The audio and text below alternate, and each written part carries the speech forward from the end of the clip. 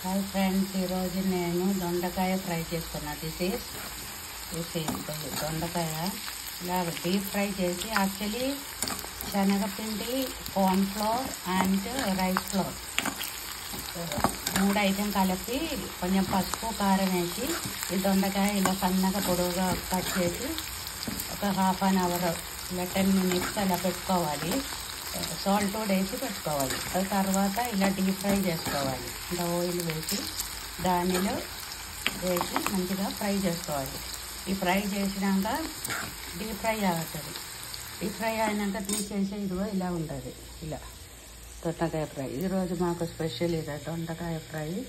And ఇదిగో ఇది సొరకాయ పులుసు. సొరకాయ పులుసు చూడు, ఆంధ్ర స్టైల్ చేసిన బాగుందా. ఇలా సూపర్గా టేస్ట్ ఉంటుంది. సొరకాయ పులుసు అయినా ఒక కొంచెం తామరైండ్ వాటర్లో వేసి నానబెట్టుకోవాలి. నానబెట్టినాక this is milk also. Everything ready by the time వేసి ఎవ్రీథింగ్ రెడీ. సొరకాయ పులుసును చింతపండు నానబెట్టుకోవాలి.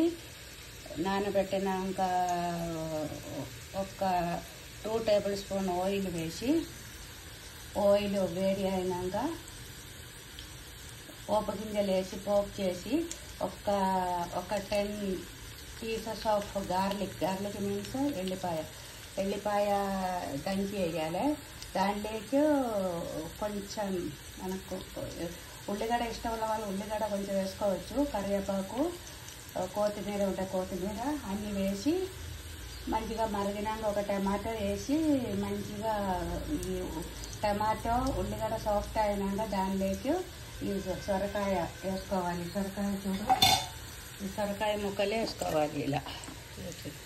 ఇలా పెద్ద కొంచెం బిగ్ సైజులు కలిపి సొరకాయ ముక్కలు వేసి దానిలో సరిపోనంత కారం, పసుపు, కొంచెం ధనియాల పొడి వేసి ఇలా దగ్గరకు ఇదిగో ఆయిల్ సపరేట్ అయిన వరకు బాయిల్ చేసుకోవాలి.